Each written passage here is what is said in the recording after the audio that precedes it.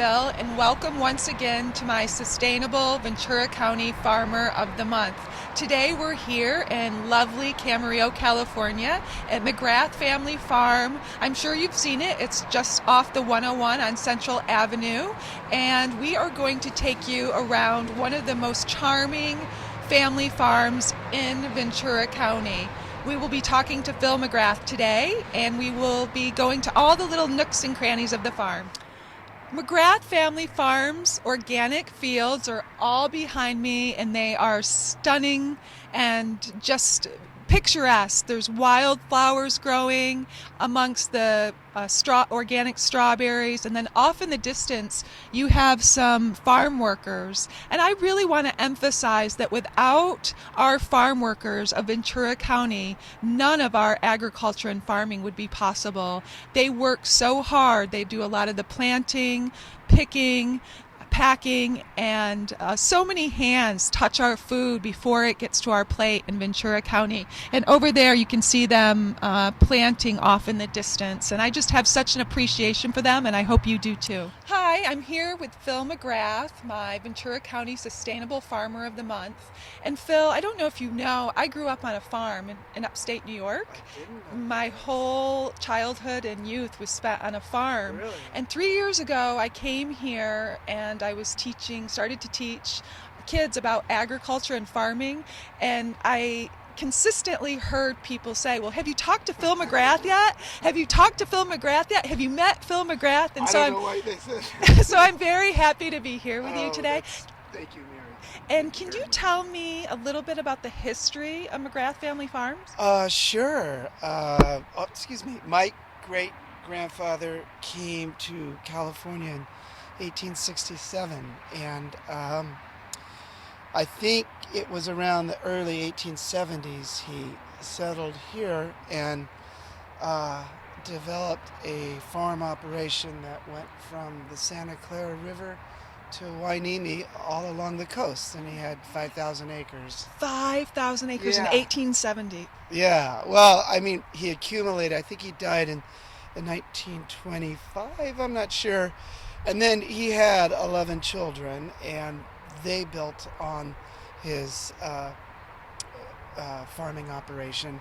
He started out as a sheep farmer and got into cattle ranching, and then his sons, my grandfather and his 3 brothers, and he had 7 sisters, they got kind of out of cattle ranching and went into dairy farming. And then my grandfather had 4 children, one of those obviously my father, and he was born on a dairy farm, and they got out of dairy and got into row crop farming, which is what we're doing here. And I think, if anything, my transition is getting out of chemical farming, using pesticides or chemical fertilizers, and farming organically the way my great-grandfather, my grandfather, and half of my dad's life was. They didn't need that adjective. That was traditional farming then, and that's kind of what I'm doing here. And I think farming in paradise. That's people ask Farming me, in paradise. Now, how many acres do you have now? My family owns 300 acres here in Canada. And what are you growing right now? What's the crop? Yeah, we are officially out of spring, although it was a long, cold spring. So I had broccoli and cauliflower a few weeks ago. It's summertime. We're always thinking 3 months ahead of ourselves. So basically summer and fall are kind of the same crops. They bleed into each other, and winter and spring.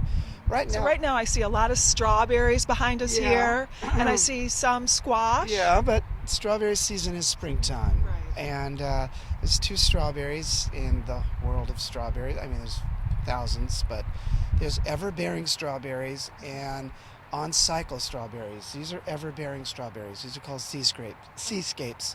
Okay. You can grow them, excuse me, any time of the year. They just need the heat units, and they produce. I still think the best strawberries are the on-cycle berries, which are planted in the fall and harvested in the spring or late winter into early summer. Yeah. Okay. And you talked a little bit about organic.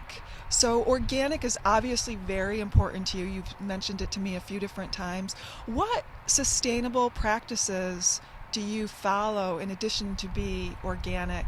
Ah, the old-fashioned ones, Which are? which are, in the old days, my dad would tell me a story about using compost manure for his land. Uh, in the old days, they grew cover crops. They didn't really, I don't think they so much grew them for the soil, but they were doing, this was lima bean capital of the world. Cover crops are crops like legumes that take nitrogen out of the air and put it into the soil. We grow lots of cover crops here. I'm getting ready to plant a cover crop here.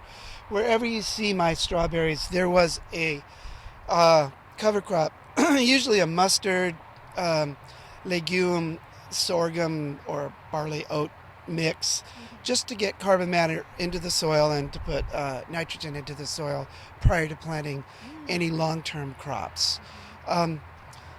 Cover cropping, companion cropping, composting, crop rotation.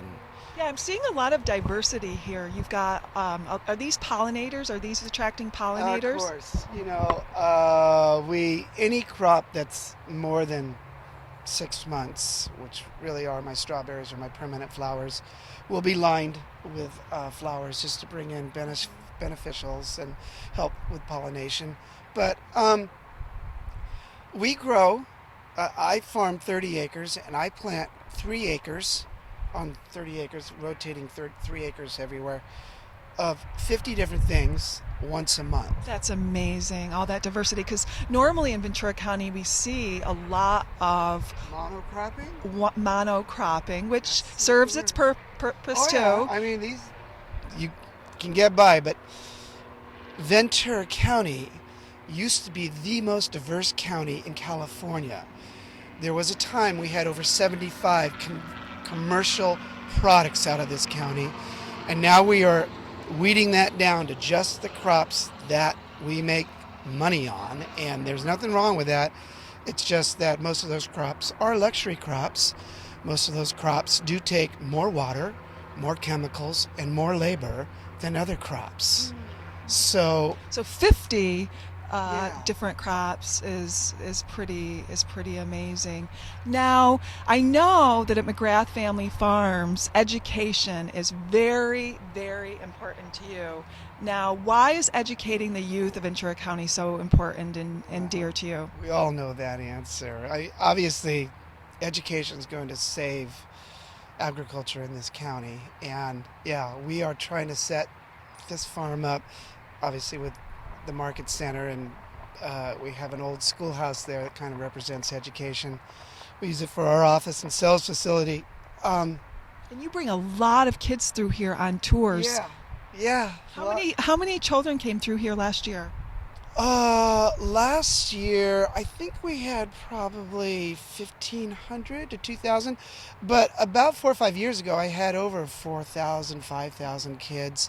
Obviously, it depends on them getting the buses and getting grants for the buses, but our farm is set up with lots of trails, and the diversity is all about educating, and most kids go to farms and see 1 or 2 crops, maybe. I think there's a lot to be said about diversifying and talking about different citrus or different flowers or different vegetables. And basically that's what we have here. Flowers, we have lemons and strawberries and a lot of different vegetables. So it's like an old-fashioned farm in the 21st century, because you also have a petting zoo and you have animals. So Yeah. to wrap this up in the next few minutes, Sure. is there anything else that you want to pass on to the teachers and to the students in Ventura County?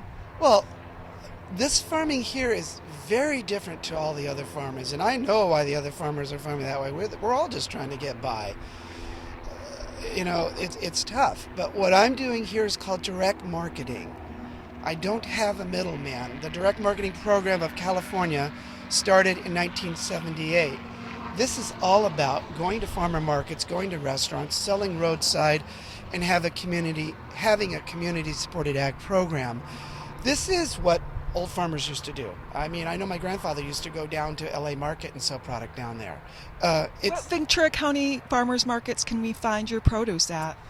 We just started a new one today in Thousand Oaks, actually, called the Lakes, and I'm very excited about that because I know they're centering on a lot of local growers, a lot of organic. We're also in Ojai, we're in Camarillo. We've done others, but right now we do 10 markets a week, and it's hard to do more. It's just very difficult.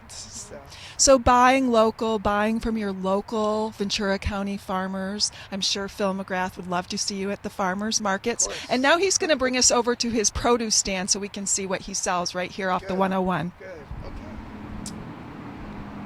Hi, I'm still here with Phil McGrath, and we are in his very charming produce barn. And what do we have here, Phil? Right now we're in the middle of July.